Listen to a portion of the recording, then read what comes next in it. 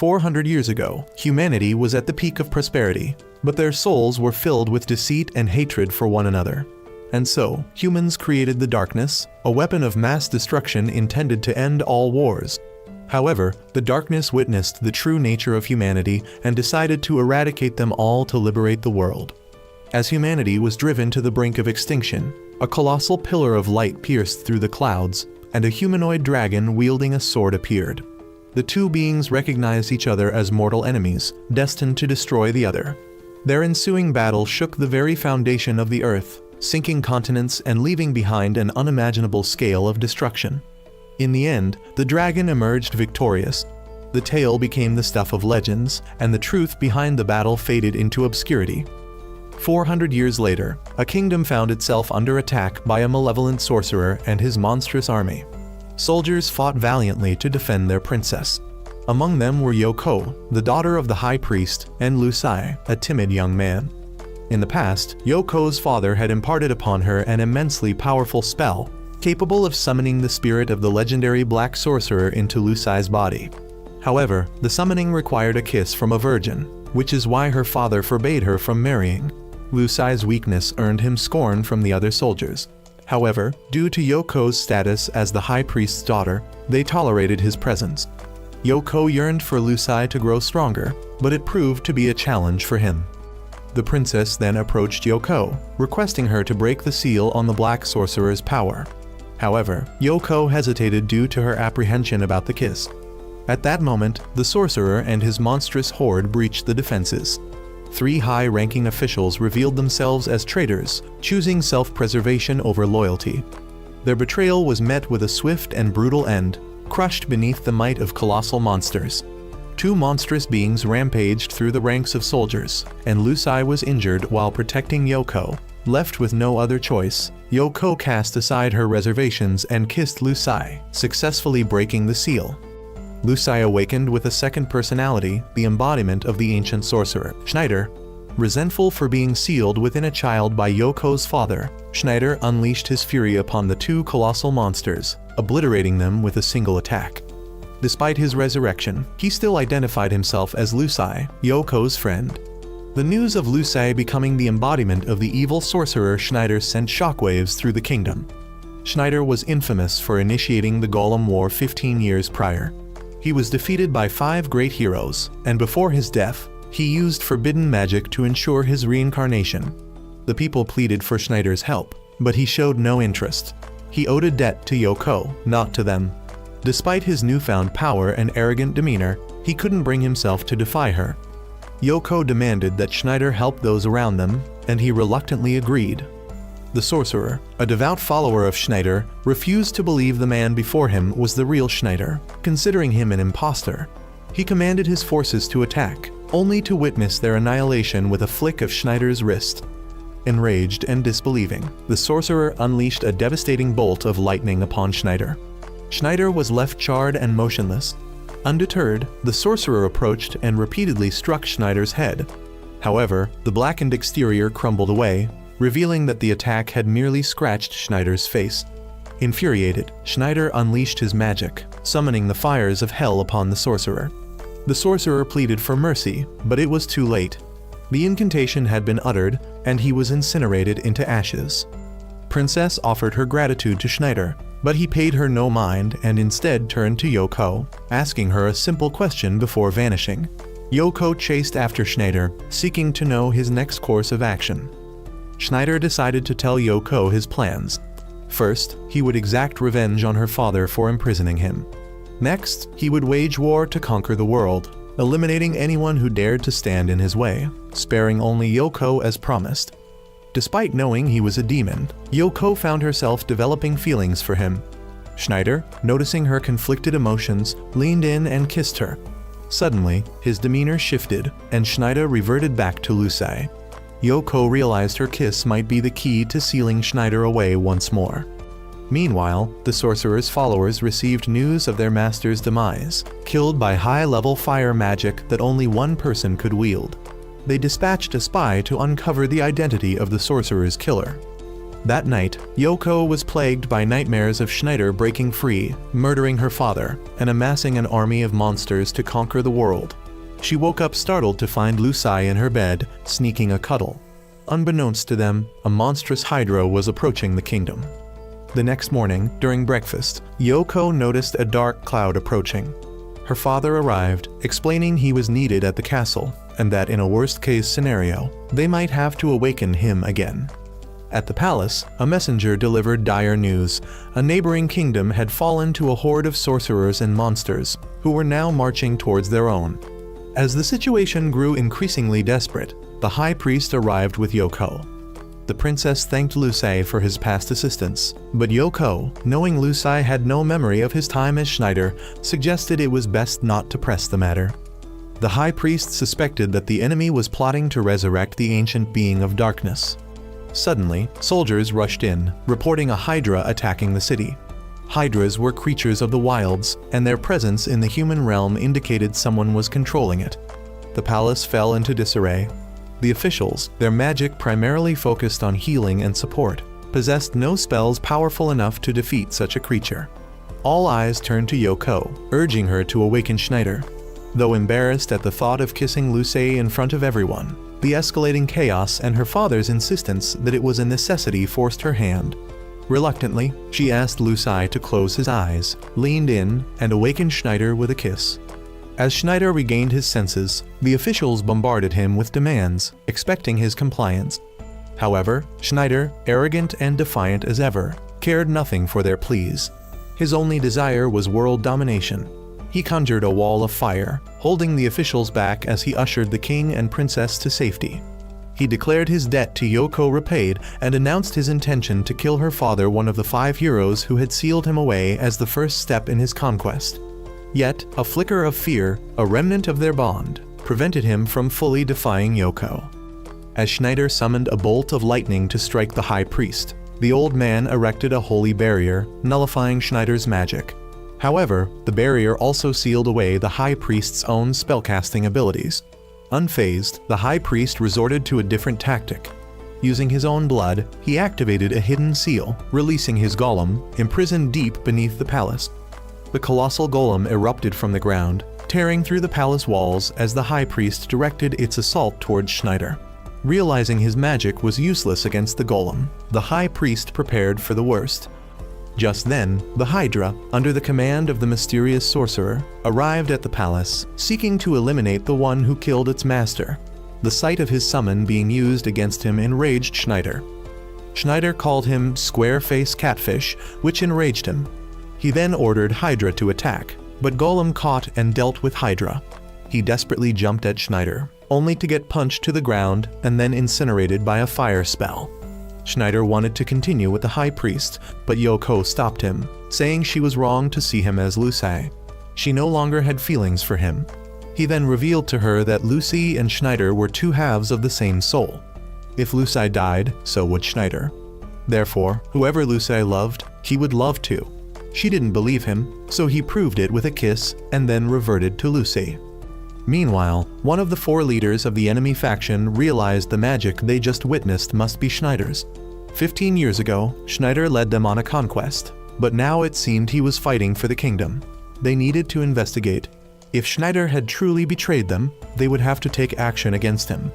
The first of their group, the ninja Master Gaara, would be the first threat. The high priest and the ministers were discussing the spreading black cloud. To make matters worse, their opponent had a sorcerer named Kai-Su. It was said that Kai-Su was Schneider's closest confidant, and his power was no less formidable than Schneider's. At that moment, Kai-Su went to see what they had just obtained from under the seal in the place they had just captured the Head of Darkness. Soon, they would continue to conquer other places. Once they broke through the remaining 2 kingdoms, they would be able to break the entire seal and resurrect the darkness. The ministers were again considering awakening Schneider due to the greater threat approaching, but Yoko argued that it was too dangerous and that she and Lusai were not their tools. The ministers acknowledged they were pushing her too hard and agreed that bringing Schneider back was too risky. She then brought Lusai home, where he decided to do laundry. As she sat lost in thought, Yoko heard Lucy being bullied again and ran to his rescue. She couldn't believe that a child so kind could possess half of the soul of such a violent and cruel being. That night, the two went to bed, unaware of the tension within the palace walls. Suddenly, Gaara and his ninjas infiltrated Yoko's home, slaying the guards. He barged into her room, attempting to take her hostage. He demanded information about Schneider, but she refused to divulge anything. Enraged, he strung her up, threatening to punish her unless she talked. As Gaara was about to make good on his threat, Lucy woke up. Yoko reassured him that everything was fine, urging him to go back to sleep. But Lucy had seen enough. He saw Gaara lifting Yoko's skirt, and Schneider was forced to resurface. He demanded Gaara remove his hands from his woman. He informed Gaara that the two forced awakenings had weakened the seal, allowing him to seize control while Lucy slept. Gaara, surprised to find Schneider residing within a child's body, took Yoko hostage. Realizing the high priest was returning, he summoned a dragon and fled with Yoko. He intended to use her as leverage to force the high priest to hand over Schneider. Gaara returned to his base with Yoko while Lucy was taken back to the palace. The high priest, unsure where to find another magic-wielding maiden, was offered a solution when the princess volunteered herself. The king, however, adamantly refused, as the royal kiss represented marriage. But the princess wouldn't allow her father to be fixated on such outdated traditions. She wished to contribute to the fight against evil like Yoko. The king, determined to avoid further disruption, was escorted back to his chambers. The high priest acknowledged the risks associated with summoning Schneider, but he chose to gamble on the possibility that Lucy's personality might influence Schneider's thoughts. Schneider was summoned once more, feeling a twinge of disappointment that it wasn't Yoko who awakened him. The high priest pleaded with him to save his daughter, but Schneider, harboring resentment towards the priest and an aversion to Yoko's influence, remained focused on his own ambitions. He believed conquering the world would grant him access to any woman he desired. He grabbed the princess, declaring that he could claim her at any moment. Unimpressed by his arrogance, the princess responded with a resounding slap.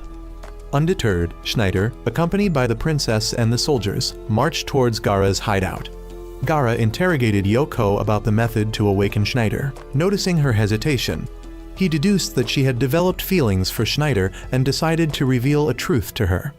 Meanwhile, the soldiers, seeing nothing but open space, began to doubt Schneider's sense of direction.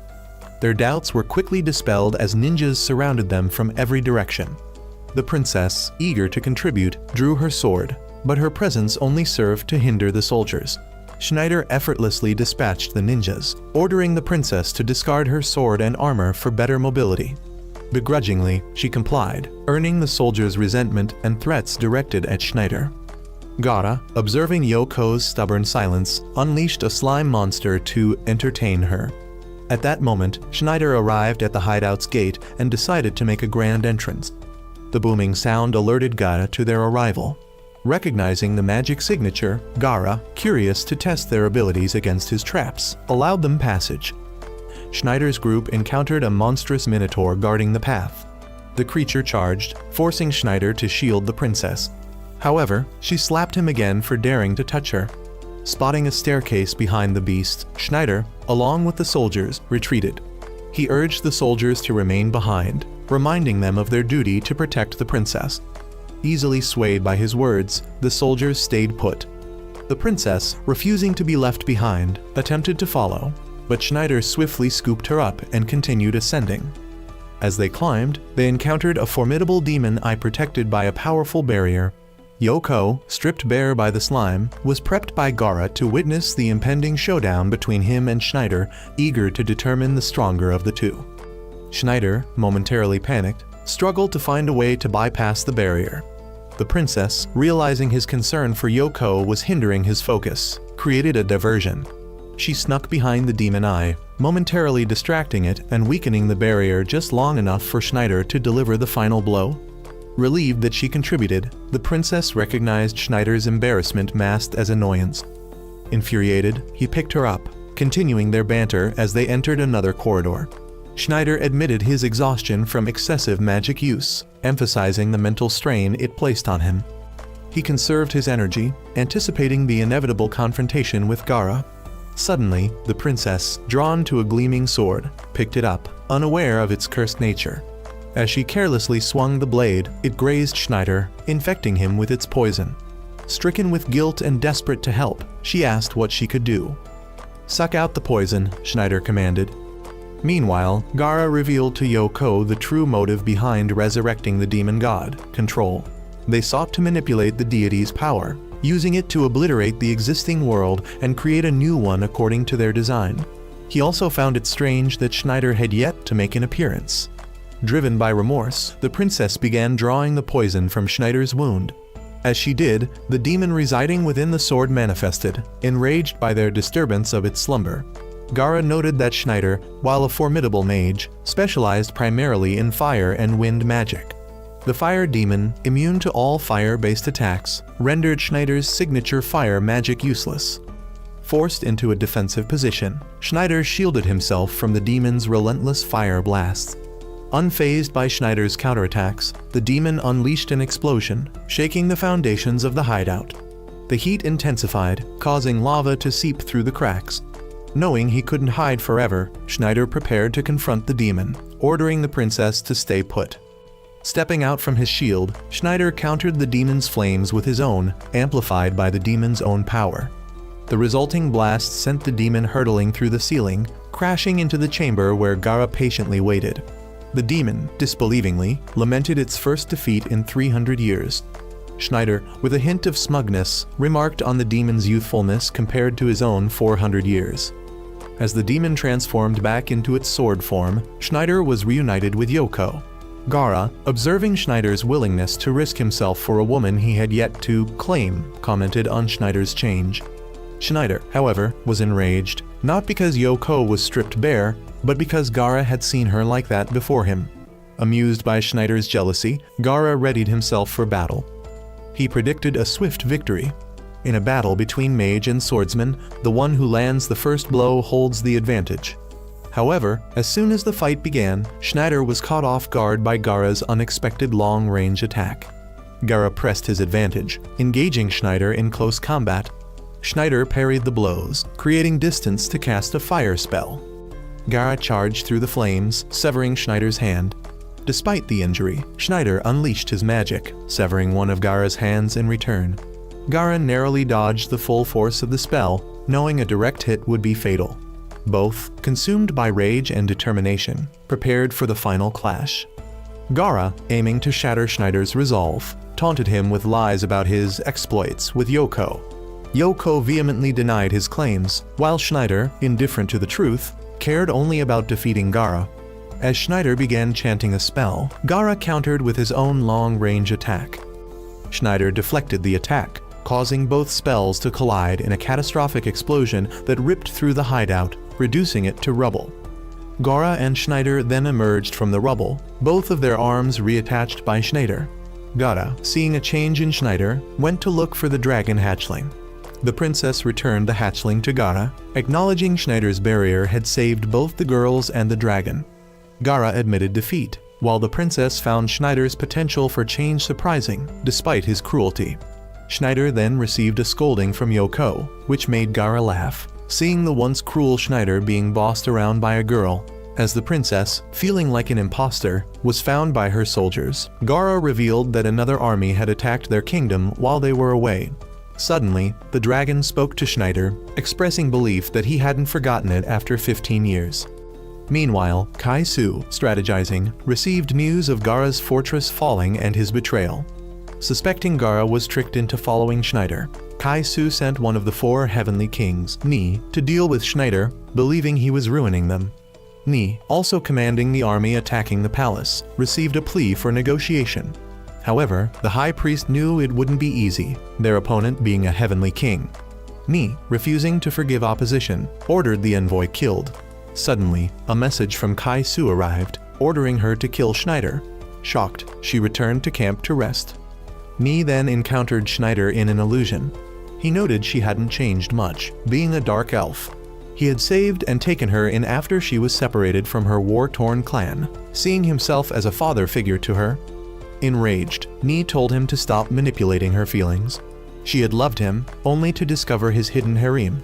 Schneider justified it as a man's desire, but Ni, unconcerned, shattered the illusion with lightning. She ordered her subordinates to find Schneider, as she was busy commanding the army. The dragon, observing Schneider's failed reconciliation with Nee, wondered why it followed him instead of Gaara. It turned out Schneider had secretly slipped away, and the dragon had simply followed. Schneider, still annoyed by the dragon, threatened to tear it apart if it reverted to its 15 years ago form. Suddenly, they came across a girl being chased by a giant spider. Schneider, wanting to play the hero, rushed to her rescue. The dragon found it strange to see a giant spider in this area, but Schneider was more interested in impressing the girl. After finishing off the spider with a single move, Schneider noticed a talisman fall from its body, suggesting it was summoned. Observing the girl, who had a sweet appearance, Schneider's interest piqued. She led Schneider back to her home to express her gratitude. He deduced she was likely a lord's daughter. The dragon, sensing Schneider's perverted thoughts, got swatted away. That night, after dinner, Schneider retired to his room. The dragon found it odd that this place remained peaceful despite the ongoing war. Schneider, not in the mood for idle chatter, silenced the dragon. Suddenly, the girl entered, offering herself to Schneider as a way of thanking him. Not one to refuse such an offer, he readily accepted. The dragon, sensing a trap, got pelted with a pillow by Schneider for interrupting. As Schneider removed his shirt, he noticed bruises on the girl's shoulders from armor. Before he could react, she slapped a talisman on him, and he was ensnared by a giant spider. She introduced herself as Ari, a trusted subordinate of Nee. With his magic disabled, Schneider found himself at the spider's mercy. However, to Ari's shock, he was sitting behind her. He had used an illusion to trick her, blurring the lines between real and fake. He whispered sweet nothings, playing on her emotions. Having never experienced kindness except from her master, Ari quickly fell for Schneider's manipulation. The dragon, realizing the situation, urged for a scene change, declaring this wasn't an adult film. The next morning, Schneider decided to set off again, and Ari informed him that Nee still hadn't forgiven him and that there was another assassin ahead. She feared Schneider would die, but he promised they would meet again. As he left, Schneider slightly regretted only lightly biting Ari's ear the previous night and not going further, feeling a bit remorseful now. Nee, hearing that Ari had let Schneider go, realized it was a disaster another person had fallen for Schneider's charm. Schneider didn't care whether someone was a friend or foe. Any girl who touched him would be immediately captivated. Nee considered Schneider the most dangerous person for girls. Soon after, Schneider encountered the assassin Ari had warned him about. This person was Kai Han. Schneider, noticing he appeared to be a man, asked the dragon who was more handsome, him or Kai. The dragon couldn't decide, so Schneider kicked it away. The monsters Kai had brought charged at Schneider, who instantly wiped them out with a single move.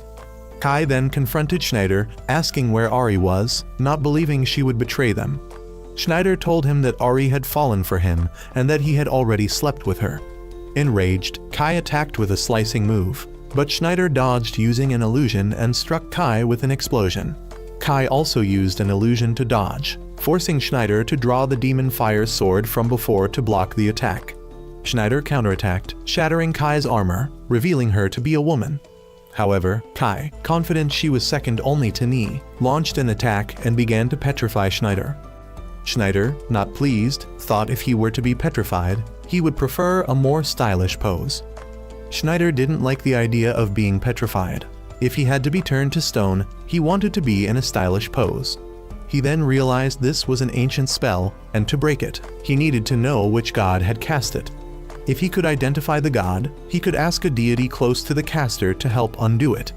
With dozens or even hundreds of gods, figuring out the one who cast this spell would take more time than he had. Kai, not wanting him to remain intact in stone, aimed to shatter the statue, fearing someone might come along and revive Schneider. Just as she was about to launch her attack, Ari summoned spiders to block it. She had fully devoted herself to Schneider, choosing to protect him, believing Schneider was stronger than all the 4 heavenly kings combined. She vowed to defend Schneider, even if it meant opposing her master. Kai destroyed Ari's spiders and was determined to kill both of them. She inadvertently mentioned the name of her deity, giving Schneider crucial information to break the petrification spell. Schneider, smug about his good looks, disgusted Kai, who continued her assault.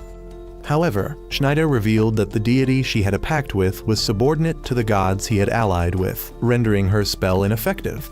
He then fired an arrow, causing Kai's clothing to start flying off. He mentioned he was going easy on her because she was a woman. But at that moment, she summoned a rizz, a monster she controlled through a crystal. It could exhale a gas that caused petrification, and since the gas wasn't magical, Schneider had to avoid breathing it in. Schneider tried to pull Ari in the opposite direction of the wind to avoid the gas, but when the monster wasn't releasing gas, it would stomp with its feet. After a while, Schneider's arm was petrified. Ari, in an attempt to protect Schneider, stood in the way of the gas, causing it to blow back towards Kai. She dropped the crystal in her haste, and the monster went out of control. Now regaining his confidence, Schneider found it easy to handle an uncontrolled monster. With a single explosive move, he dealt with the creature. Confident that Kai now owed him, he was surprised when she asked him to kill her, saying he would regret it if he didn't. Schneider told her she could try to kill him whenever she liked. Schneider then helped her by absorbing the toxic gas from her system. He asked Ari to take care of Kai while he continued his journey. Kai warned him about Ni's final subordinate, a count with immortality techniques and the strongest of them all. Schneider thanked her for the information and set off. Schneider thanked Kai for the information and set off. Meanwhile, Kai began to understand Ari's feelings for Schneider. After traveling for a while, Schneider realized he had used too much magic, and the seal of Lucy was getting stronger. He then transformed back into Lucy, leaving the dragon unsure of what to do. Meanwhile, at the palace, the princess had returned. The high priest informed her that Yoko had gone out with the soldiers to find Schneider. The soldiers had been overwhelmed by the numerous monsters, but Gaara and his 2,000 ninja troops arrived to help defend them.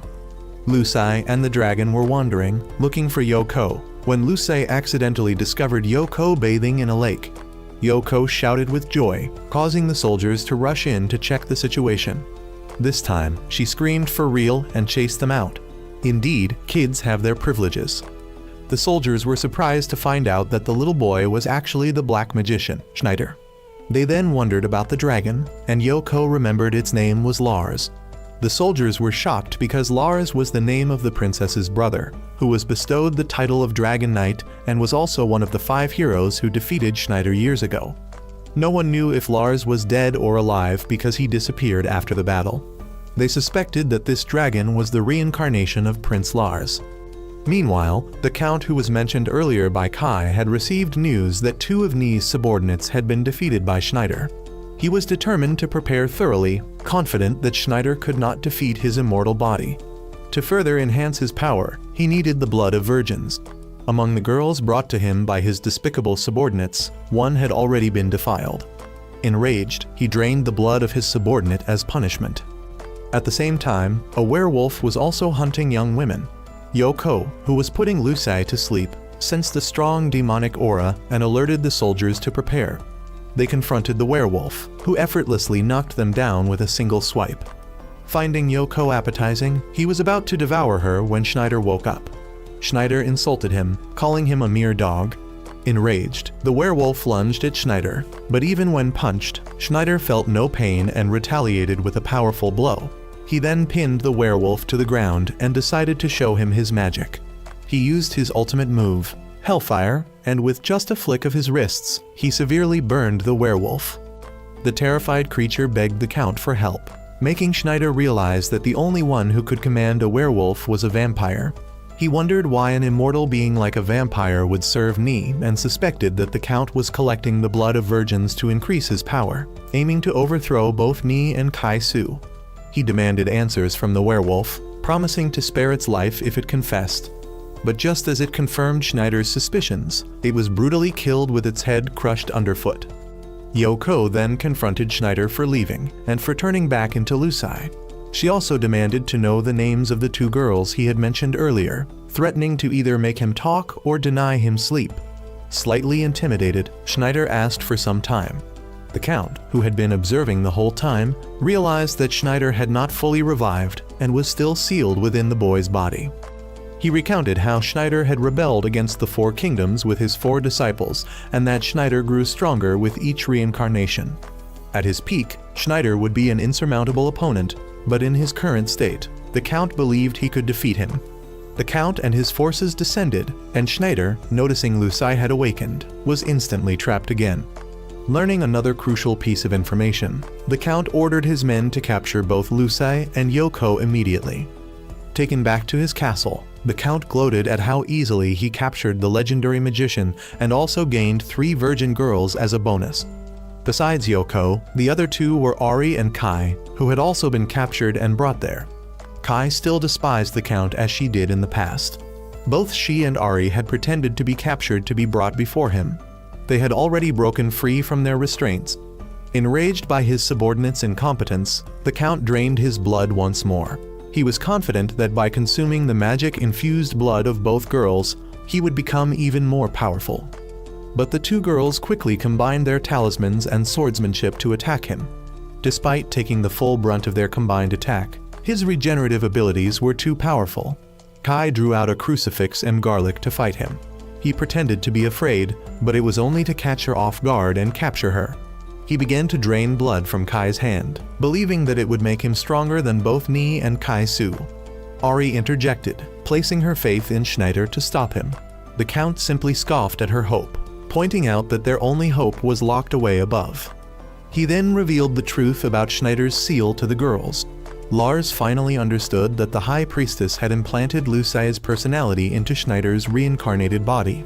Lusai's personality was stronger and had completely dominated Schneider for the past 15 years. This was evident in Lusai's easy control, while Schneider could only take over when Lusai was asleep. The Count mocked the girls, stating that once he dealt with Schneider, their threat would be gone, and he would become the most powerful. Up above, witnessing the scene below, Lusai unleashed his power. Meanwhile, Gaara was leading the soldiers against the monsters, launching a giant dart to clear a wave of enemies. He wondered what Schneider was doing at that moment. Schneider was struggling to wrest control from Lusai after seeing what the Count had done to his girls. However, Lusai was still too strong. The Count sighed in relief, seeing Schneider was still trapped. He moved towards Ari to drain her blood, but Yoko kicked him in the face, infuriating him. He turned to attack her in a rage. This, however, was the final straw for Schneider. Enraged at Yoko being targeted, Schneider finally broke free from his prison to confront the Count. He declared that the Count would pay for laying a hand on his Yoko and attacked with a combination of lightning and ice magic. However, even after the magical assault, the Count appeared unscathed. Believing himself truly stronger than Schneider, the Count charged, firing a beam from his eyes. The 3 girls watched in horror as the beam seemingly struck its target, leaving behind only Schneider's arm. Ari, determined to protect Kai, stood up to fight, but the Count simply laughed at her, claiming her hope was already gone. But as he laughed, Schneider's voice joined in. He revealed that the one struck by the beam was not him, but one of the Count's own subordinates. The Count, realizing his mistake, tried to turn and fire again to avoid being hit. But his subordinate was caught in the crossfire. Schneider, standing protectively in front of Yoko, absorbed the Count's attack and fired it back. The Count, believing he had dodged the attack, suddenly realized the sun had risen. The sunlight struck him, burning him to ashes. Despite his power, he was still vulnerable to the sun. Lars, believing Schneider had dealt with the Count, was surprised to see a bat emerge from the ashes. Schneider quickly caught the bat, knowing that if it reached its sanctuary, the Count would resurrect in 2 days. He took a piece of the bat's wing to perform a spell. This spell would be implanted into the bat. If the Count tried to possess it again, the spell would activate, killing him and transforming him into a leper, unable to ever resurrect again. The Count screamed in anger and despair, while Schneider only laughed. The Count's remaining forces fled. Schneider then helped Ari retrieve Kai, instructing her to take her to the temple for healing. He then checked on Yoko to see if she was hurt. The 2 girls questioned him about the other girl. Schneider simply stated that Yoko was the one he had chosen, while Ari was still pending. Gaara, meanwhile, had defeated all but the last of the monsters. Kai Su, observing everything, was shocked that Schneider had managed to manipulate almost all of their subordinates. The remaining member of the 4 Heavenly Kings, Abigail, suspected that Ni might betray them because of her father, Schneider. If Ni dared to confidently claim she wouldn't betray them, he would use the same magic that Schneider had used on her. She challenged him to use the magic on her to prove her willpower. Abigail then cast the spell on Ni and warned her to behave or she would turn into a toad. Kaisu later thought that Abigail was overreacting, but Abigail explained that Ni had lived with Schneider for 100 years and was closer to him than anyone else, making her recent actions necessary. Kaisu knew that Schneider was a cruel man to both his enemies and subordinates, but he hadn't killed Gara or Ni's 3 subordinates. What had changed Schneider in the past 15 years? Abigail realized that Schneider's army and Kaisu should split up to break the 2 other seals while Ni held Schneider down. To revive the darkness, they needed Schneider's heart. If Ni wanted to live, she had to kill Schneider. If Schneider wanted to save Ni, he would have to sacrifice himself. No matter the outcome, one of them would have to die. Schneider and Yoko bid farewell to Ari as she would take Kai to get treatment. As they got on the carriage, Ari knew that she would never gain Schneider's affection, but hoped he would remember her. Yoko then warned Schneider against toying with others' feelings, and that once he decided to pursue someone, he had to be loyal. Meanwhile, Gara encountered Ni.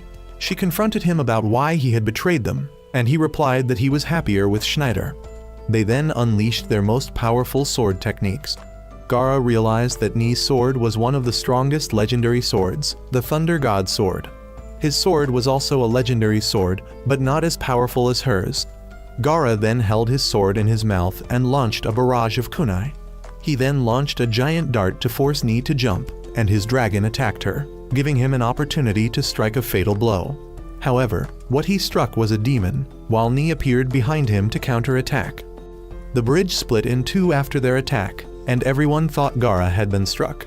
However, he suddenly reappeared. He had used a shadow clone technique, and the real Gara was uninjured.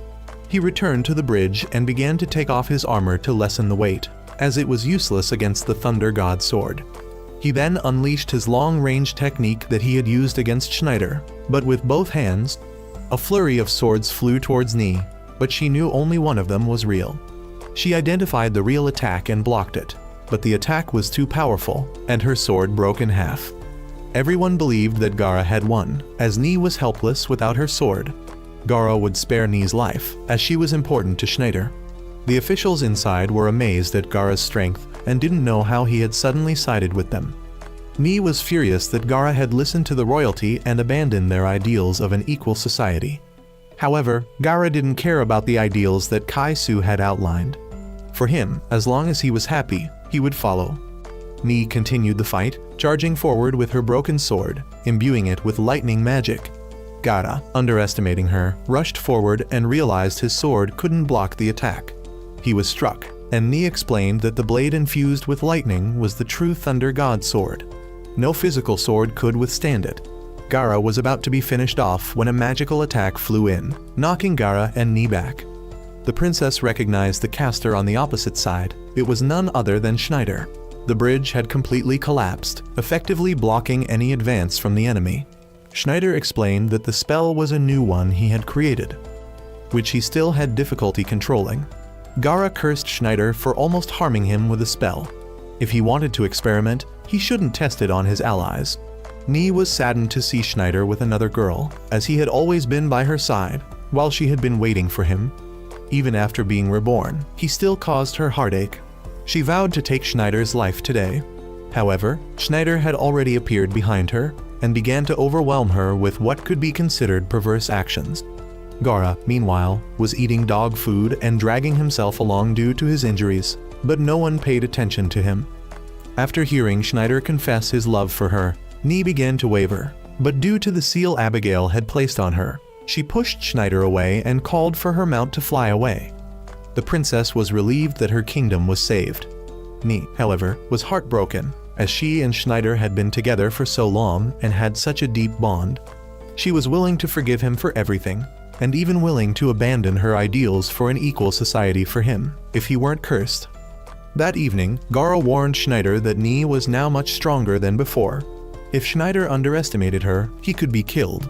Listening to their conversation, Yoko wondered about the nature of Schneider and Ni's relationship. The High Priestess saw that it was raining, which meant the enemy wouldn't attack, giving them time to repair their defenses. Yoko went to the mess hall to personally distribute food and encourage the soldiers.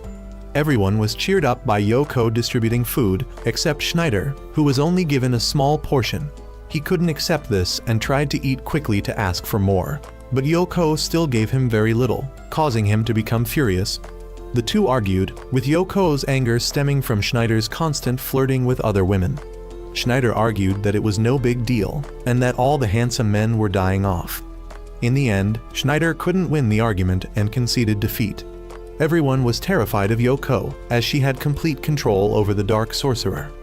That night, the princess and the high priestess went to visit the oracle, a woman with the ability to see the future. The high priestess asked her to examine the seal on Schneider, as he had awakened twice while in Lucé's body, and most recently had transformed back into his sorcerer form without Yoko's kiss. It could be seen that Schneider used the power of his will to break the seal. However, someone as wicked as the old Schneider wouldn't have been able to convince the goddess to loosen the seal. The real reason was that Schneider had now changed, becoming someone who understood love and successfully persuaded the goddess to loosen the seal. Suddenly, the old woman foresaw a vision of Schneider losing his heart and dying. Gaara noticed Yoko seemed worried and told her that it would be tough for Schneider to defeat Ni now. Both had equal strength, and if they fought, whoever ran out of energy first would lose. While the old Schneider wouldn't have cared, the current Schneider was too kind-hearted. Yet, this kindness made Schneider more approachable than before. Yoko went to Schneider and overheard the princess warning him about his death, as she had seen in a vision. Schneider was surprised the seer was still alive and dismissed all her warnings, confident that someone as handsome as him could never lose, let alone die. The high officials thought he was up to something, but the princess chose to believe him because he had protected the kingdom many times and she didn't want him to shed more blood for this place. Schneider laughed at this, saying his goal was still world domination and that he was rebuilding his army for himself. Meanwhile, the seer and the high priest discovered a surge of hateful magic within Ni recently, and it seemed she had used this storm to blind them. Schneider decided to teach the princess a lesson about what happens when she enters a man's room at midnight. She was willing to give herself to him if it meant he would stay. However, Yoko barged in and threw Lars at Schneider. Suddenly, he realized a spell was being cast, and as he finished his sentence, the palace crumbled under the destructive magic. Gaara recognized that only Schneider could cast such a spell, but since Schneider was also affected, Ni was the only other possible culprit. Seeing Schneider with another woman made Ni even angrier and more determined to kill him. Schneider, taken by surprise, didn't have time to create a larger barrier. Despite the two girls' pleas for him not to fight, Ni came to Schneider, making it impossible for him to avoid the confrontation. Borrowing 500 yen from Yoko, Schneider went to battle. Gaara noticed Ni's sword had been restored, and feared Schneider was in real trouble. Schneider used a flight spell to engage Ni, but she used a technique to drain his magic power, causing him to fall. Ni's clever strategy of blocking Schneider's greatest strength, his magic, left him vulnerable. She attacked from her mount while Schneider attempted to defend with a wall of fire, which was quickly absorbed, leaving him open to Ni's attacks. Gaara, frustrated that he couldn't help Schneider, watched as the demon from the fire sword emerged to aid Schneider. It declared Schneider its master and vowed to protect him. He then grabbed his sword and faced Ni, but his target was her mount, aiming to stop her from flying. The ground beneath Schneider collapsed, and Ni followed him down to continue the fight. She was surprised to see him wielding the flame sword, but it wasn't a major concern, as her thunder beast in the sword was stronger than the fire demon. The two swords released two beams of light, making everyone think it would be a balanced battle. But a swordsman against a mage in a sword fight is clearly at a disadvantage. Both swords were extremely powerful, so it was possible that the fight would end in a single blow. Gaara knew they were both focusing all their strength into this one attack. They stared at each other for a moment before Ni made the first move, putting Schneider at a disadvantage. The demon sword made a bold decision, sacrificing itself to pull the thunder sword's soul into the ball of lightning, ending them both. With the sword gone, Ni couldn't do anything to Schneider anymore. But she immediately lunged at him, stabbing him straight in the head. Everyone thought he was finished, but Schneider sprang back to his feet. Since the ball of energy was gone, he could now fight with magic again. But don't forget that Ni was also a student of Schneider's, so her magic wasn't any less potent. She then chanted spells at the same time as Schneider and flew up. both of them unleashing lightning magic with equal power. This again made Gaara realize that whoever hesitated even slightly or ran out of energy first would be defeated. They then both used high-level fire magic to burn the entire area around them.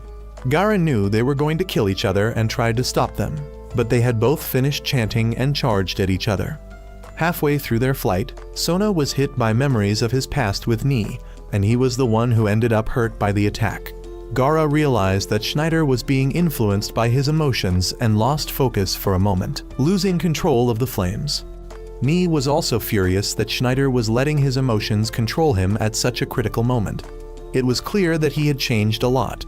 The princess was worried that Schneider was dead, but Yoko didn't believe it because he hadn't paid her back yet. She had taught Schneider that you always have to pay back anyone you borrow money from. Then, from the wreckage, Schneider returned stronger than before. He bragged that he wasn't weak and there was no need to worry, but in reality, Schneider had suffered quite a few injuries. Nii was still not going to give up and was determined to take Schneider's life. But he stood up and said that he still loved her. But she wasn't fooled because Schneider had said that to every woman he met.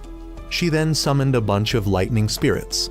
This was a double-edged sword because they would attack their master if they lost focus. Schneider had no choice but to summon fire spirits to counter them.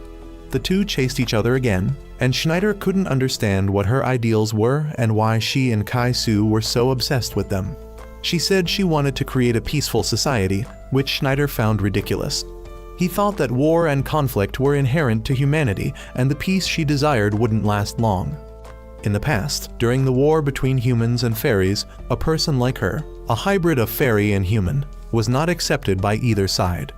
The war spread, leaving her abandoned amidst the devastation, without anyone to take her in.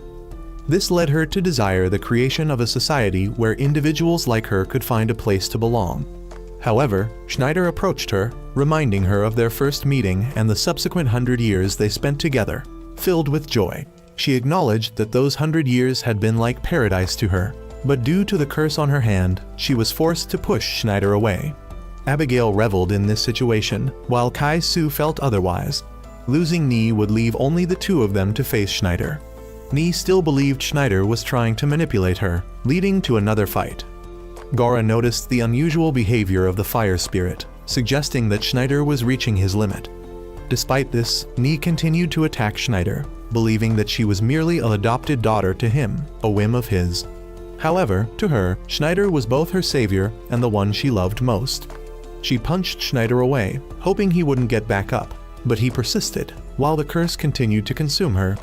Her electric spirits began to act outside of her control, attacking Yoko, causing Schneider concern. Nevertheless, Nii remained stable. The spirits then targeted both her and Schneider, but she managed to shield them with a barrier. She pretended to maintain control, deceiving Schneider to retrieve Yoko and use it as a threat. Schneider made a serious decision, and they both cast a supreme spell that he hadn't mastered yet. This was ultimate destruction magic, capable of leveling the surrounding area. Nii concealed her curse to keep it from Schneider, and as the spell unfolded, Gaara perceived her to be at a significant disadvantage. Yoko, unwilling to see them destroy each other, told Gaara to do something, but interfering would mean certain death. They couldn't hear them anymore, and the spell, once cast, couldn't be retracted. In the midst of the attack, Schneider heard Lucai's voice, who urged him to witness the suffering of the woman he loved. He realized her curse and recognized Abigail's hand in it. Lucy knew that Nii, unable to live in a toad's body, desired to die at his hands. As she prepared to surrender, Schneider, enraged with Abigail, redirected the spell away from her. The beam of light soared towards the sky. Afterwards, he arrived before Nii, determined to grant her freedom.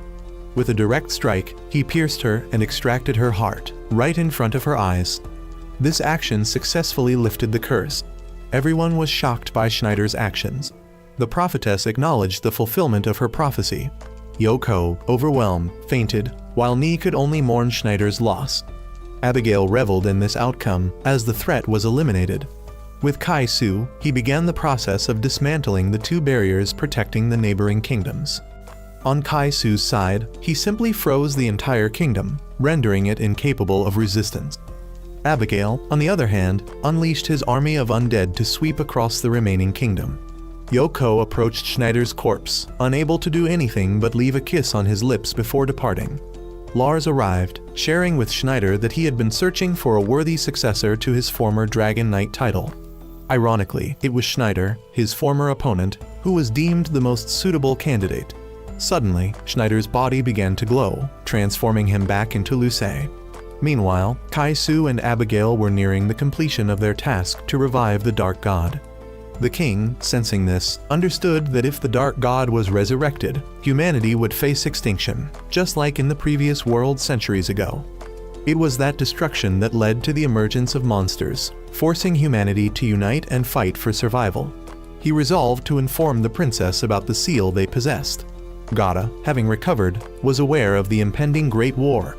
He believed they could handle bones and undead, but if something worse emerged, they would have to face it. He thought Nee must be devastated by Schneider's death, but she hadn't contemplated suicide as atonement. Her priority was to fight for revenge. Abigail, confident in their ability to resurrect the Dark God, boasted that they had obtained the majority of its body. Only the brain, controlling its thoughts, was missing. Gaara advised Nee to use the destructive spells she had employed in the previous battle. However, one spell required the lightning sword, and the other could only be used during a full moon. Nee discovered the enemy commander, a being with the strength of the vampire count, possessing immortality, armor harder than any sword, and extreme resistance to magic.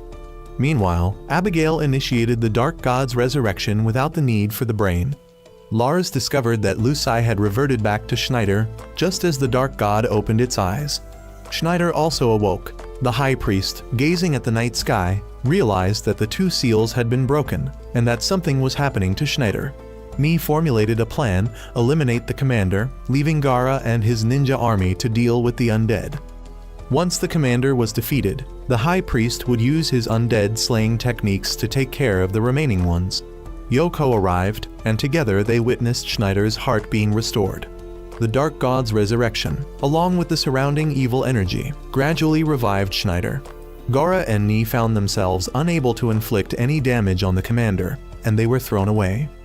The commander revealed that the Dark God's revival had amplified the strength of those born from darkness, including him and Abigail. However, he remained unaware of another who had been strengthened. That person, though regaining his heart, was still without a heartbeat. Yoko leaped forward and slapped Schneider's face, waking him. She threatened to leave him if he didn't get up, prompting him to wake up in fear. The High Priest noticed that Schneider was indeed stronger than he had been 15 years ago. Gaara and Nee acknowledged Schneider's return, but the commander informed them that they couldn't defeat him. He was a creation of the dark sorcerer Dosi, conjured through a summoning spell. The demon armor provided by Abigail, combined with the bodies of 100 strongest warrior corpses, made the commander practically invincible. Undeterred by his boasts, Gaara and Nee combined their strongest techniques to attack the commander. However, their combined assault didn't even leave a scratch on the undead warrior. Dosi, smug and contemptuous, mocked Nee and Gaara, then ordered the commander to kill them.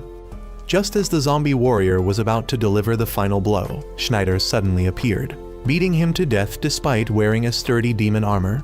Not satisfied, Schneider also cast an explosion spell to blow away the commander and the annoying necromancer. Gaara was very happy to see her teacher and close friend still alive, while Nee couldn't contain her excitement and ran to hug the one she loved. Having defeated the zombie legion, Schneider was hailed as a hero by the people of this country. Everyone thought Schneider was resurrected, but the High Priest and Lars knew that the awakening of the evil god had activated the power of darkness, so he had gained such overwhelming abilities. That night, Schneider disguised himself as Santa Claus to sneak into Yoko's room to return the 500 yen he borrowed from her. But she woke up and demanded more interest. But Schneider said he had no more money and was going to pay with his body, resulting in Yoko hitting him in the face with a spiked mace.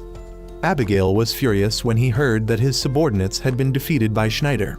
He immediately ordered other warriors to go to the kingdom to cause chaos. The one sent this time was the one-eyed demon who possessed the demon mace, a weapon of destruction in Abigail's trio of demonic weapons. The one tasked with controlling the one-eyed demon was the drunken dwarf, who ordered his subordinates to wreak havoc on the city and slaughter the people of the kingdom. Just as the dwarf was about to harm a girl, Schneider appeared to give him a beating. Angry at being disrespected, the dwarf sorcerer ordered the one-eyed demon to attack Schneider, but it was quickly defeated by Schneider's lightning cannon spell. However, the wound that Schneider inflicted on the one-eyed demon suddenly healed. Not only that, it also transformed into a much more grotesque form. The one-eyed demon then used the demon mace to slam into the ground and create pillars of stone rising from the ground to bury Schneider. But such a trivial tactic didn't make someone who claimed to be handsome and cool like Schneider have to struggle. He easily escaped from the pile of rocks and used fire magic to burn the demon again. But the mutated demon healed its wounds and transformed into a new, more powerful form thanks to the evil god cells being injected into its body. Realizing the immense danger, Gaara was about to jump in to help her friend, but Schneider refused her help. The one-eyed demon used the fully charged demon mace to strike the ground, causing part of the city to be destroyed in the blink of an eye. Schneider also dodged that destructive attack. He noticed that the one-eyed demon's body was starting to reject the evil god's grafted tissue, so Schneider had an idea. He asked Nee and Gaara to join the battle and buy him some time. They all unleashed terrifying attacks to push back the demon, and when Schneider was done, he created a flame from forbidden magic to burn the demon. It created a barrier and Schneider kicked the dwarf inside it, so he would disappear forever. The spell was too dangerous to be recorded, and Schneider took all the credit, making Gaara want to punch him because neither of them bought him time to chant that long spell and won for him. Schneider then stood and explained a bunch of theory about the magic he just used to Yoko. Gaara couldn't understand it all, and Yoko forbade Schneider from using those dangerous spells again. Losing 2 battles in a row made Abigail even more bitter and eager for revenge than ever. He plotted to summon the strongest of his zombies, one who possessed powerful magic and a near-immortal body. He was currently imprisoned in the deepest part of an underground maze that no adventurer knew about. He was considered the king of the zombies. The kingdom was now in a state of chaos because Schneider was making the people homeless. The king was worried that riots would soon erupt and the treasury was running out. The princess wanted to relocate the seal to another place to avoid suffering for the people, but that was impossible. In the west of the kingdom, a giant storm suddenly appeared, foreshadowing misfortune that was about to befall the kingdom. The high priest had lost 2 demonic weapons and wondered what was so evil about these powers to be called demonic weapons. Gaara was also feeling better and thought that Nee no longer had her magical sword, so she wasn't as strong as before. But she didn't want to rely too much on the sword. She also felt that Schneider had changed because of Yoko. The storm swept across the land, spreading death wherever it went. The last thing the people saw in the storm's eye was a death god with bright red eyes. Schneider was lying down while Yoko was cleaning his ears, and she missed Lucai, so he decided to let her see him for a while. But before he could unlock the seal, Gaara ran in and reported a major incident. Schneider looked out the window and saw the storm heading towards them, and the death god had already arrived at their doorstep. The high priest said that there were countless evil demons in the world, but the most terrifying were the immortals. With their powerful magic and mystical secrets, they were far superior to humans. He wondered how human society could create such beings. We then learned that the death god outside was one of those immortal demons. His name was Lick. 50 years ago, the 4 royal families who guarded the 4 seals all originated from the purple royal family. That kingdom used to have a temperate climate and fertile land. However, overnight, purple turned into a swamp where even grass couldn't grow. According to ancient records, there were 4 people who became Lick thanks to the immortality spell. All 4 had their own dungeons and were once powerful priests and mages. Exactly 50 years ago, in that dungeon, a fool went to test the explosion spell. The shockwave from that spell was so powerful that it freed the Lick and caused the entire kingdom of purple to turn black in one night. You don't need to say the name of that fool. Yoko knows who it is. Schneider, Gaara, and Nee now proactively went out to fight the Lick. Gaara didn't understand how Abigail could persuade the Lick to fight, even though Lick's power was greater.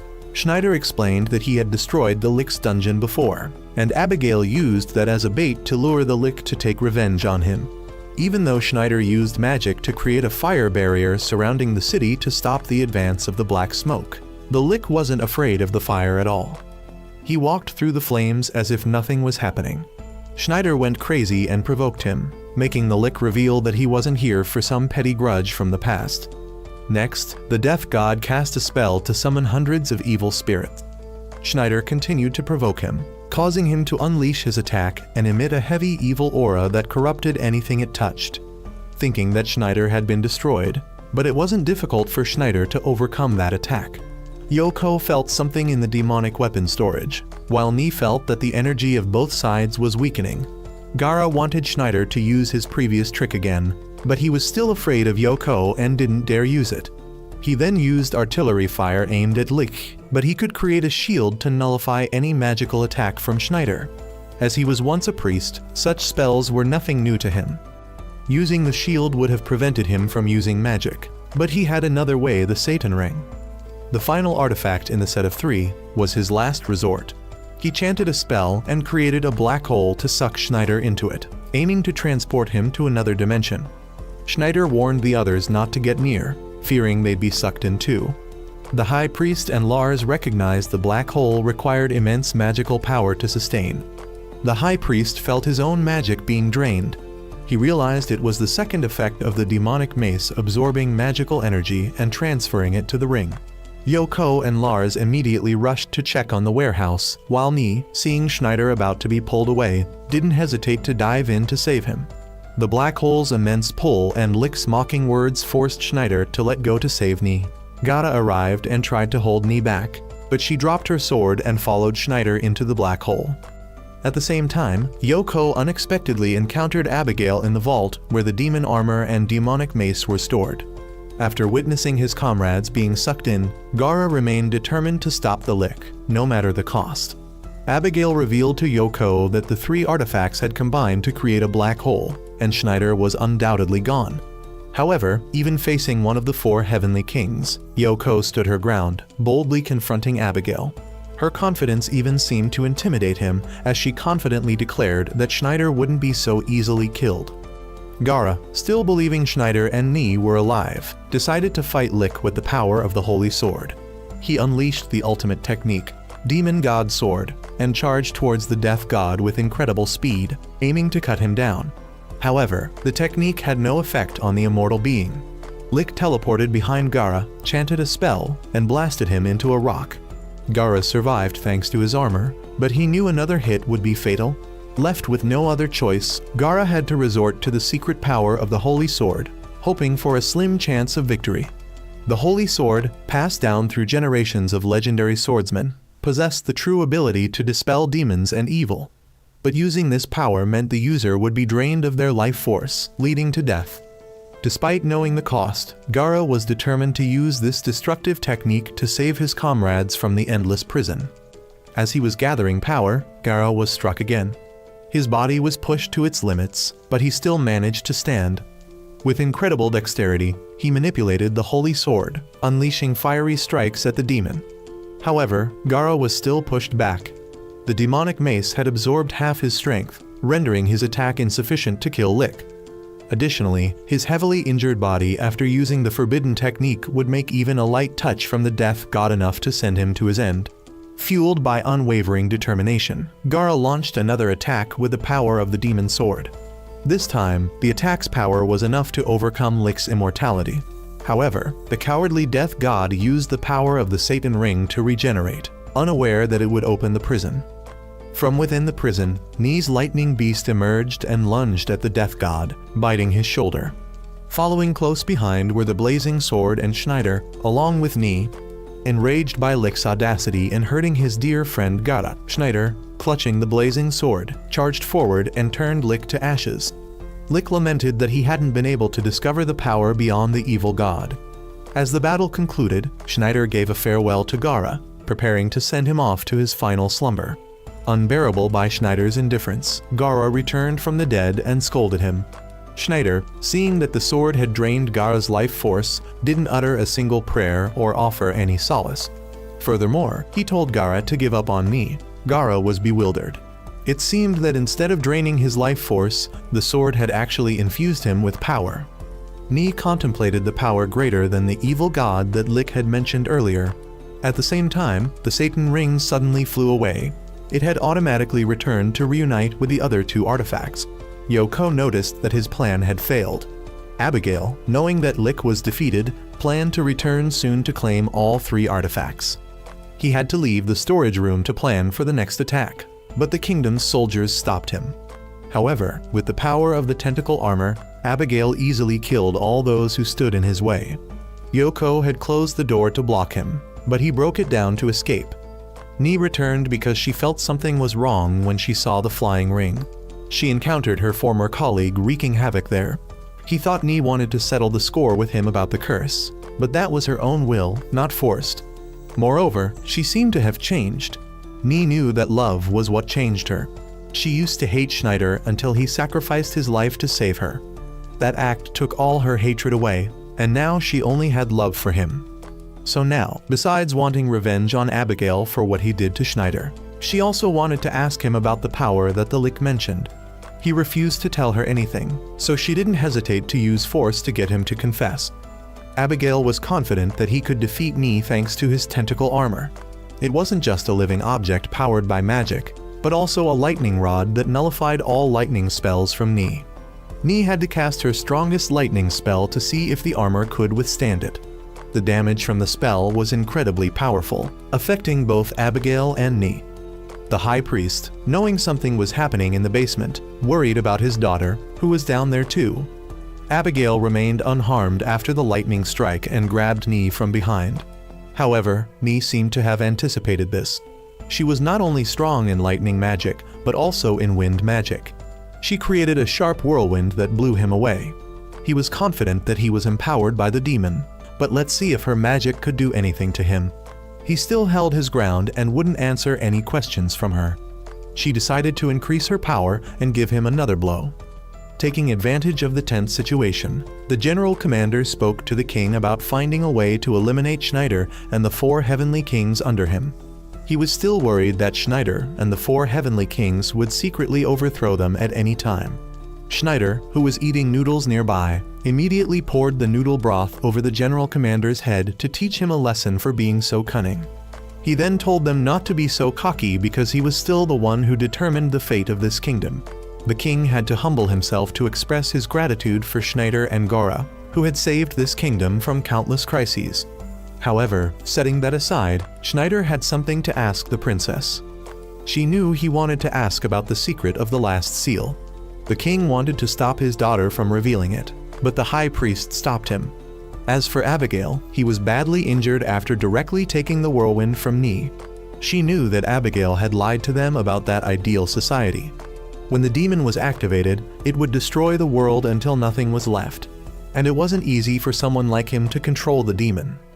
With the advantage, Ni summoned the Thunder Beast and had it transform into a Thunder God sword for her to deal with this annoying demon cultist once and for all. The princess then started to reveal all the secrets about the seal that the royal families had held since ancient times to Schneider. The 4 oldest royal families on the continent had been entrusted with the responsibility of containing the god of destruction. The old world entrusted them with that task, so protecting the seal had helped to form the royal families. The princess revealed that the last seal wasn't an object, but hidden within her body. The princess begged Schneider to protect the people and the world from evil because he was the only one who could do it. Schneider agreed to help, not out of obligation, but out of respect for the princess' courage, because she had gone all the way to the ninja fortress to save Yoko for him. Back on the other side, to face the legendary Thunder God sword, Abigail combined with the 3 magic weapons to become a super demon form.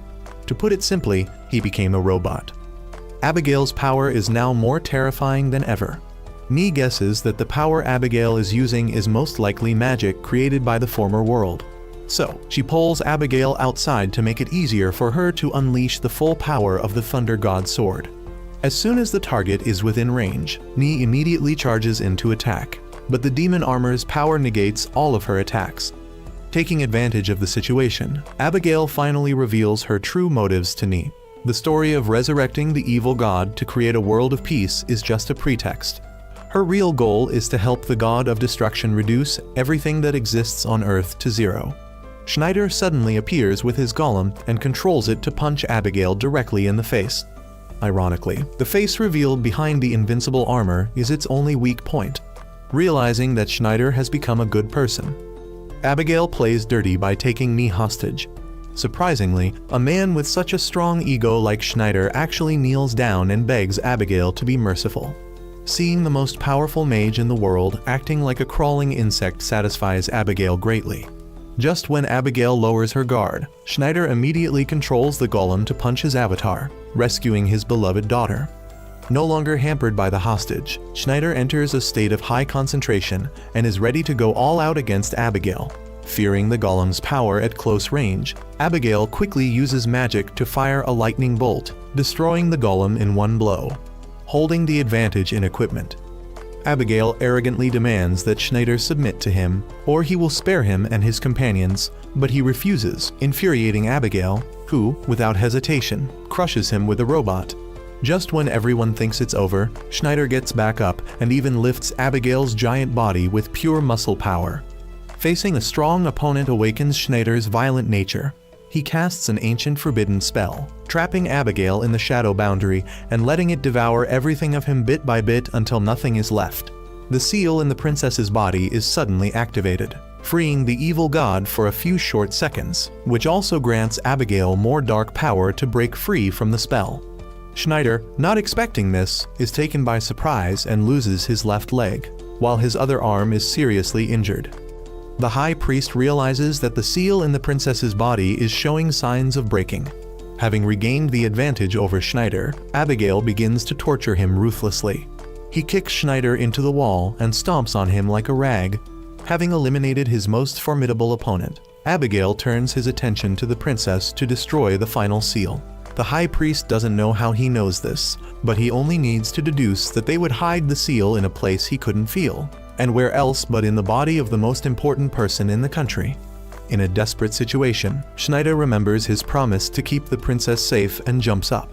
He begins to cast the strongest spell he can, the same destructive spell he used to blow Nee and the castle into the air, but to his misfortune, Schneider's strongest spell has no effect on Abigail's demon armor. Just when he is about to lecture everyone from above, Nee also casts a destructive spell targeting him. Both ultimate spells combined produce a heat energy that is 1.5 times the black fire spell before, so its power is completely feasible to blow up the demon armor. The explosion consumes everything in the affected area, so the nobles and ninjas mistakenly believe that the battle is over. However, from within the dust cloud, Abigail's savage laughter rings out to extinguish everyone's hopes. Abigail has cast countless anti-spell charms on his body, allowing him to escape death by a whisker. Seeing Schneider still struggling to get up despite being battered and bruised, Gaara and Nee decide to join him in the fight. Yoko doesn't intervene and let them join the battle because she believes Schneider will never lose to someone like Abigail. Abigail intends to use the same move that destroyed the golem earlier, aiming at Schneider. Nee wants to jump in, but Gaara stops her, fearing she might hinder Schneider. But truly, they don't know how he can defeat Abigail now. Schneider gets up again, discarding his broken left arm, and continues fighting. From afar, Ari and Kai return and join the fight to support him. Yoko encourages Schneider, saying that if he wins this battle, she'll accept everything he says, even giving him her first time. Hearing this, Schneider's power suddenly surges. He unleashes his ultimate spell, transforming himself into a missile, crashing into Abigail's attack. He pierces through and targets his weakest point. But after defeating him, his own body breaks in two. Light returns to the entire kingdom. However, Schneider is close to death because of the reckless decision to push himself beyond his limits. Everyone mourns for Schneider, while Yoko remembers their time together. Then, Schneider wakes up again. He is not dead, but he regrets missing the opportunity to open Yoko's box, as she puts it. Yoko is angry and kicks him in the head. Gaara finally understands that Yoko is the only one who truly understands Schneider. However, their joy is short-lived. Abigail wakes up again and uses his tentacle armor to kidnap Yoko. He has lost the robot, but now this is more than enough to fight against the incomplete Schneider. Gaara and Nee seem fine on the surface, but their condition is not much different from Schneider. Gaara has a torn ligament in her right arm and internal injuries from the fight with the lick, while Nee is out of magic after casting the destruction spell earlier. Abigail has Yoko as a hostage to ensure his safety. He knows Schneider wouldn't attack recklessly, so he shoots him. Fearing that everyone will die because of her, Yoko begs Schneider to ignore her and fight back. Even if this world may not be perfect, they can't let him destroy it. Abigail sees that Yoko is reasonable, but if this were the old Schneider, he would have already attacked. However, the Schneider who is full of love and compassion now is different. The High Priest also knows that between the fate of the world and his daughter's life, the choice is easy for ordinary people, but not for Schneider. He is lost in thought, so Abigail immediately shoots him again. The nobles chime in, saying that the fate of the world is more important than the life of a single girl. But faced with these difficult choices, Schneider surprises everyone by boldly declaring that he will choose Yoko over the world. Abigail bursts out laughing, saying that Schneider has become too weak and is no longer the legendary mage. He launches a finishing blow, but just then, the spider from Ari's charm appears to block the attack and help Schneider. She frees Nee and Gaara, and Kai makes a daring move to rescue Yoko. Abigail is furious as his plans are repeatedly thwarted, but he still can laugh because his tentacle armor has the cells of the god of destruction. He has borrowed the power of the evil god to create an army of undead to surround Schneider's group. Those who can wield swords charge into battle, while Ari stays behind to protect Schneider. Together, they fight and defeat many of the undead, but they are constantly being recreated through the evil god cells. To help Schneider's group, the kingdom's soldiers and Gaara's ninja force join the battle.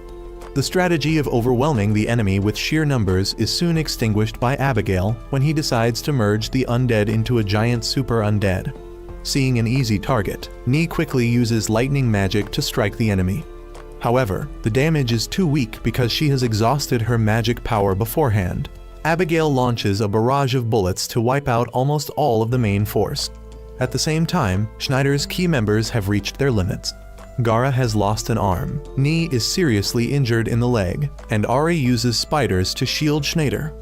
In his hazy dream, Schneider sees Lusai, who proposes that he save the kingdom they both love. However, Schneider rejects the suggestion, claiming that the world and women have always been in his grasp, and he won't let that bastard Abigail turn him into a fool. Schneider wakes up again, bringing hope to everyone. He decides to take Abigail's life at any cost, but Abigail enjoys watching him try with his broken body and depleted magic. Everyone advises Schneider to give up and save his own life, but only Yoko, who understands him best, encourages him to defeat his enemy. Suddenly, fire spirits gather and create a temporary body for Schneider. With this literal hot body, Schneider manages to threaten Abigail. He realizes that Schneider is also being empowered by the evil god. Kai-Su doesn't understand the meaning of the evil god's shouts, but it seems like they are resonating with something. Abigail now understands why Schneider was willing to sacrifice himself to save Nee, because he knew he would be empowered by the evil god. After all, he was the closest to the evil god, the former commander of the Dark Army. He talks too much, so Schneider punches him. Enraged at being interrupted, Abigail orders the giant undead to attack. But now, Schneider can easily block them. He casts a spell, and Abigail wants to break it, but a fire demon interrupts him, helping Schneider. He unleashes a destructive spell, forcing Abigail to merge more undead into the giant to take the extra burden. However, Schneider simultaneously casts a second spell, transforming himself into a missile and piercing through the giant. He then proceeds to incinerate Abigail's tentacles and punches him repeatedly. However, Abigail still has an ace up his sleeve, a ring that he has been taking hits for so he can use it to suck Schneider into a black hole again. But as he pulls out the ring, Schneider throws his fire sword, pinning him to a rock and preventing him from using magic. Schneider then collapses from exhaustion, whispering his final words to Yoko and closing his eyes. Everyone thinks he's dead, but his hand secretly gropes Yoko's butt, forcing her to swat it away. Their joy is short-lived because Abigail reappears somehow, probably another one of the illusion spells we've seen throughout the film. Yoko steps forward to protect Schneider and realizes that the spot where Abigail is standing is about to collapse. She rushes over and pushes a rock down on him, causing it to fall on him. She disappears, and Abigail is impaled on the ceiling and dies. The body containing the evil god cells begins to lose control and slowly destroys the entire area. Gaara rushes over to protect Nee and Schneider, but they all vanish. Schneider's soul separates and finds Yoko. They disappear, and the army is left with only Kaisu and his forces. Not long after, in a secluded samurai village, they find an intruder who turns out to be Yoko, bringing Lusai to seek their help. The first part of the movie ends here,